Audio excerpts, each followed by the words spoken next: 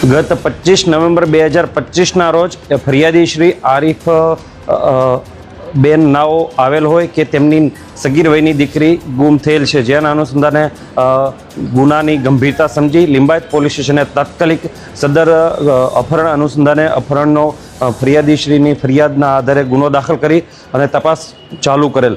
તપાસ દરમિયાન લસકાણા ખાતે સદર સગીર વયની બાળકીને લગભગ 1.5 લાખ રૂપિયામાં કોઈ શોએબ નામના ઈસમ સાથે વેચી દીધેલ હતી.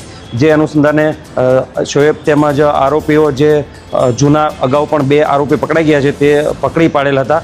ત્યારબાદ બીજા 2 આરોપીઓ પકડવાના બાકી હતા.